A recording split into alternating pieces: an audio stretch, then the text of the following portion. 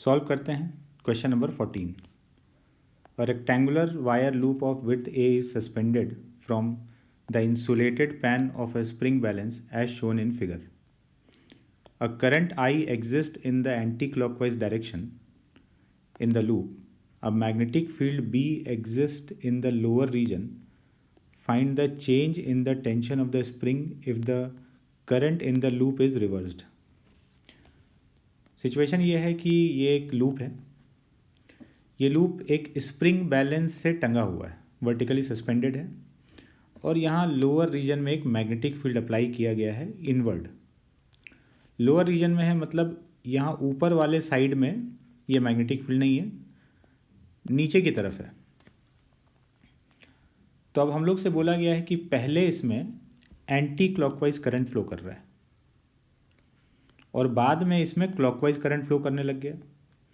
तो यहाँ जो स्प्रिंग बैलेंस बंधा हुआ है इसमें टेंशन में कितने का चेंज आएगा, तो इसका फ्री बॉडी डायग्राम बनाते हैं।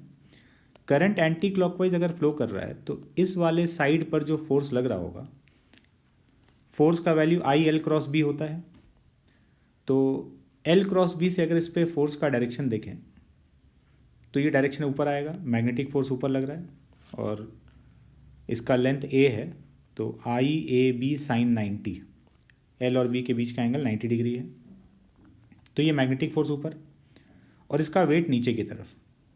तो यहाँ जो टेंशन होगा इस रस्सी में, यहाँ पे जो टेंशन होगा जो स्प्रिंग बैलेंस रीड करेगा वो टेंशन हो जाएगा, नीचे mg लग रहा है ऊपर f लग रहा है, तो net force mg minus F हो गया। तो mg माइनस एफ के बराबर यहाँ पर टेंशन है। फिर हम लोगों ने करंट का डायरेक्शन रिवर्स करके क्लॉकवाइज कर दिया। क्लॉकवाइज कर दिया तो अब इसी साइड पर जो फोर्स पहले नीचे लग रहा था, ऊपर लग रहा था, अब वो फोर्स नीचे लग जाएगा। एल क्रॉस बी से डायरेक्शन देखेंगे तो डाउनवर्ड आएगा।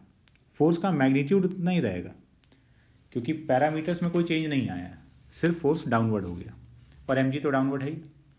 तो नीचे net force F plus mg के बराबर है, तो यहाँ जो टेंशन होगा वो mg प्लस एफ के बराबर हो गया। हम लोग से पूछा गया था टेंशन में कितने का चेंज आया, तो final minus initial T2 minus T1 subtract कर देंगे तो ये चेंज आ जाएगा 2F के बराबर और F का वैल्यू IAB है, तो नेट चेंज इज 2IAB।